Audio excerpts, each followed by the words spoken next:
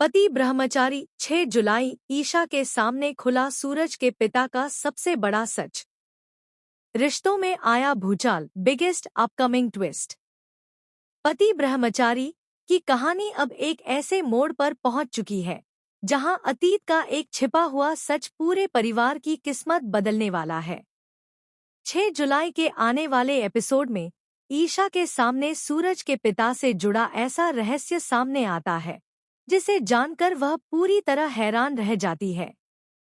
अब तक जिन बातों को सिर्फ अफवाह समझा जा रहा था, वे धीरे धीरे एक बड़े खुलासे का रूप लेने लगती हैं।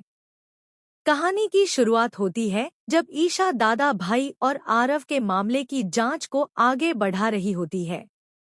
जांच के दौरान उसे कुछ पुराने दस्तावेज, तस्वीरें और गवाहों के बयान मिलते हैं। इन सब में एक ऐसा नाम बार बार सामने आता है जो सीधे सूरज के पिता के अतीत से जुड़ा हुआ होता है। शुरुआत में ईशा को यकीन नहीं होता कि इन सब बातों का सूरज के परिवार से कोई संबंध हो सकता है, लेकिन जैसे जैसे वह हर सबूत को जोड़ती है, उसे एहसास होने लगता है कि वर्षों पहले हुई कुछ घटनाओं का असर आज भी पूरे परिवार पर पड़ रहा है। इसी बीच परिवार का एक पुराना परिचित ईशा से मिलने आता है।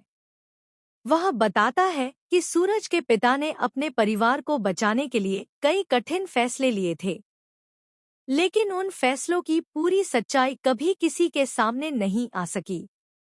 उसकी बातें सुनकर ईशा और भी उलझ जाती है। दूसरी ओर सूरज समझ जाता है कि अतीत के बंद दरवाजे अब खुलने लगे हैं। वह चाहता है कि ईशा किसी अधूरी जानकारी के आधार पर कोई निष्कर्ष न निकाले, इसलिए वह तय करता है कि सही समय आने पर वह खुद अपने परिवार की पूरी कहानी बताएगा।